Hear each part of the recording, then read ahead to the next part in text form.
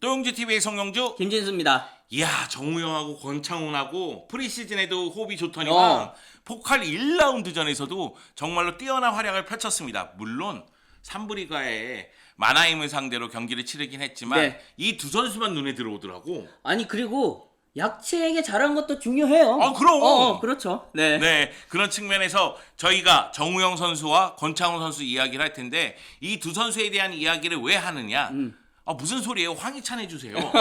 무슨 소리예요? 이재성 해주세요. 네. 이런 댓글이 올라오는 게 보이는데 네. 이 두 선수가 지난 시즌 기대감이 굉장히 높았지만은 아쉬움이 있었잖아요. 아 그렇죠. 네. 그러니까 권창훈 선수 같은 경우에는 D종에서의 활약이 너무나 눈부셨기 때문에 분데스리가에서도 통한다. 그렇죠. 그런 얘기를 들었고 지난 시즌 분데스리가에서 데뷔하자마자 데뷔골. 그러면서 분위기 좋다. 이런 얘기가 있었는데 부상이 너무 많았어. 네. 그러다 보니까 23경기 출전해서 2골 1개의 도움을 기록했거든요.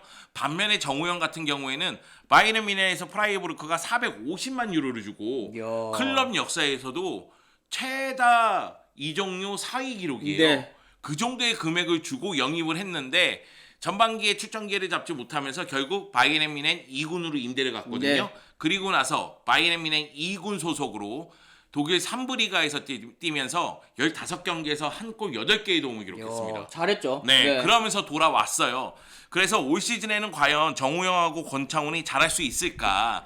이런 뭐라고 해야 될까요? 기대 반, 우려 반? 네. 이런 시선이 많았죠. 올 시즌엔 참 잘해야 되는데 이런 걱정들이 많이 있는데 올 시즌에 어떨지에 대해서 좀 얘기를 해볼까 해요. 네, 프라이부르크가 지난 시즌에 돌풍을 일으키지 않았습니까? 12월까지만 하더라도 4위 위치에 있었고 결국은 이제 8위로 마감하게 네. 되는데 지난 시즌에 전반기에 성적이 너무 좋다 보니까 변화를 많이 줄 수 있는 상황은 아니었어요. 네네. 그러다 보니까 정우영이라든가 권창훈이라든가 기회를 잡는 데 상당히 어려움을 겪었던 것도 사실이거든요. 근데 올 시즌은 다릅니다. 일단 무엇보다도 지난 시즌 최전방에서 활약한 바이트 슈미트 선수가 팀을 떠났어요. 네. 벤피카로 떠났거든요. 그래서 공격 쪽에 자원이 필요한 상황인데 그러면은 닐스 페테르센하고 루카스 헬러로 메울 것 아니냐 이런 얘기가 있는데 한 명이 더 필요하다는 생각이 대다수가 동의를 했고 그 한 명이 누구냐를 팀 내에서 찾는다는 얘기가 나왔어요. 네. 그래서 그 한 명의 자리가 정우영의 자리냐 권창훈의 자리냐 이런 얘기가 있었는데 마나임전을 보면서 정우영의 자리구나 저는 그런 생각이 들었습니다. 아니다 둘 다다 아닌가요? 사실 프라이부르크 말씀을 좀 더 드릴게요. 프라이부르크가 슈트라이 감독이 이끌고 있는데 슈트라이 감독이 1995년 유스팀 지휘봉을 잡으면서부터 프라이부르크하고 인연을 맺어서 쭉 프라이부르크에서 지도자 생활을 했어요. 이 A팀 같은 경우에는 2011년 12월부터 지휘봉을 잡았고요. 그러면서 유로파 리그에 2차례 진출을 시키기도 했습니다. 물론 한 번 강등을 당했다가 바로 올라오기도 했지만요. 그 정도로 슈트라이 감독이 프라이부르크 내에서의 입지가 정말로 단단한 감독인데 권창훈 선수 영입했을 때 감독이 원했다고 해요. 근데 이제 지난 시즌은 권창훈 선수가 기대만큼 활약을 못했지만 올 시즌은 다르다. 왜? 건강한 권창훈은 아플 때 권창훈하고는 또 다르잖아요. 여기다가 프라이부르크가 왼쪽에는 실질적인 에이스인 빈첸조 그리포가 있습니다. 그런데 오른쪽은 살라이가 뜨거나 아니면은 권창훈이 뛰거든요. 근데 오른쪽에 대한 문제가 좀 있었는데 올 시즌은 권창훈이 오른쪽을 꿰찰 것으로 보이고요. 이 마나임전에서는 4-2-3-1로 나왔는데 그리포가 중앙 쪽, 정우영이 왼쪽 이런 모습이었어요. 그런데 제가 생각하기에는 거의 4-4-2에 가까웠습니다. 진짜 정우영 선수가 거의 프리롤처럼 뛰더라고요. 그리포 선수가 왼쪽과 중앙을 오가면서 이렇게 경기의 영향력을 발휘하면서 정우영 선수를 좀 보조하는 그런 느낌도 들었고요.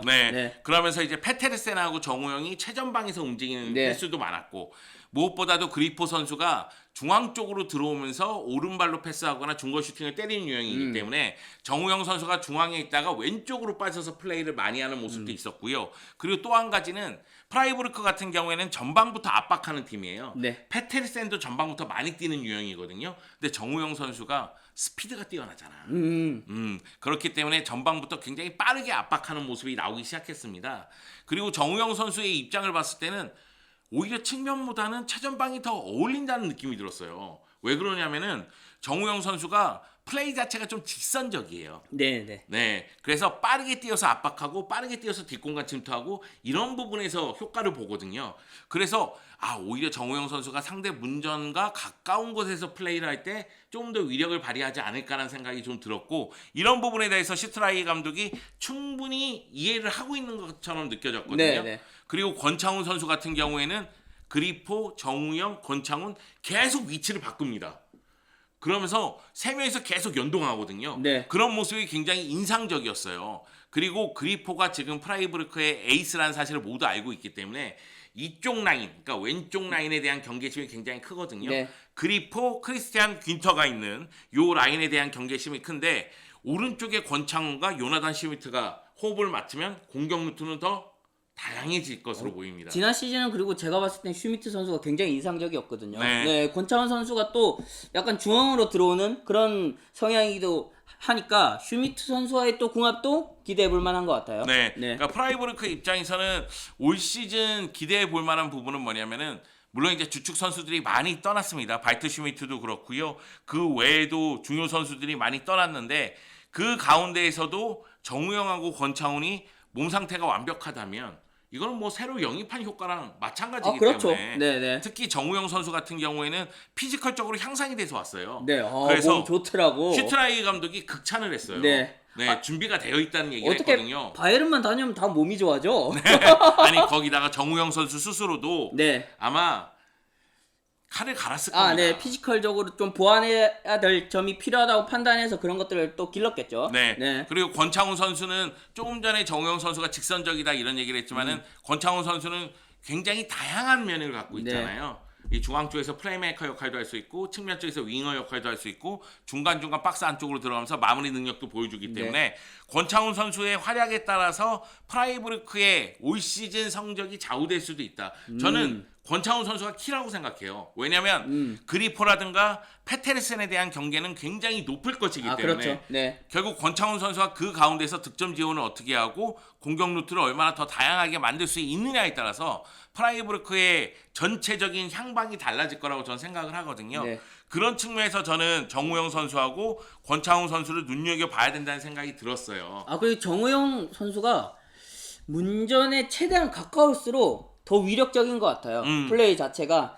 그래서 지금 뭐 한 경기에 불과하지만은 이 쓰는 방식, 쓰임새가 저는 굉장히 인상적이었고, 올 시즌이 계속 이런 패턴으로 갔으면 좋겠다. 네. 그러면은 정우영 선수와 권창훈 선수에 대한 활약도 좀 더 기대해 볼 수 있지 않겠는가. 그런 생각이 들었어요. 사실 운이 나빠서 그렇지 정우영 선수가 골대도 한번 맞췄고, 이 경기 정말 대단했죠. 그리고 결정적인 크로스도 시도했는데 페테르산이 또 골대 맞추면서 그러면서 공격 포인트를 제대로 기록하지 못했는데, 권창훈 선수 같은 경우에는 페테르산의 헤더 패스를 발리 슈팅으로 연결하면서 또 골도 넣지 않았습니까? 올 시즌 처음 시작하는 경기에서 권창훈 선수가 골을 넣었기 때문에 권창훈 선수에 대한 기대감이 더 커지고 있는 건 아닌가라는 생각이 들었습니다. 그 정우영 선수가 골은 못 넣었지만 기록을 잠깐 살펴드리자면은 90분 출전해서 터치 54회, 패스 37회 가운데 33회, 89%의 성공률이고요. 키패스 5회, 빅찬스 창출 3회. 이거 아무리 3부래도 뭐 거의 압도했다, 지배했다라고 봐도 무방하죠. 제가 이 경기 해설했는데 정우영 선수 플레이 보면서 눈물이 나올 뻔했습니다. 왼쪽 오른쪽 막 누비면서 날카로운 크로스들이 이렇게 저렇게 꽂히는데 그걸 다 날리더라고. 그것 때문에 눈물이 한 번 나올 뻔했고, 그리고 경기 종료 직전에 지친 게 보여요. 많이 뛰었어요. 근데 끝까지 뛰더라고요. 네. 그거 보면서 정신무장도 단단히 했구나 이런 생각이 좀 들었습니다. 그 도장을 확실하게 찍은 것 같아, 근데. 그래서 좀 긍정적인 것 같아요. 올 시즌 분데스리가 일단 가장 큰 관심은 역시 황희찬이죠. 황희찬 선수도 이 포카 1라운드 니른베르크전에서 한 골 한 개의 동을 기록하면서 데뷔전에서 데뷔골. 이거보다 좋은 건 없잖아. 출발이 좋아. 그래서 라이프치히에 대한 관심도 굉장히 높아질 것으로 보이는데, 프라이부르크에 있는 정우영과 권창훈도 눈여겨봐야 된다. 마인츠의 지동원도 봐야 된다. 볼 거 맞다. 홀스타인 킬도 봐야 된다. 얘기 안 하면 좀 이상할 것 같아서. 그러면은 다른 슈타들 엑스모 선수도 많다. 독일 참 많은데 올 시즌에는 독일 무대를 좀 풍성하게 만들어줬으면 좋겠어요. 특히 여러분 건강한 권창훈 그리고 성장한 정우영 눈여겨봅시다. 네.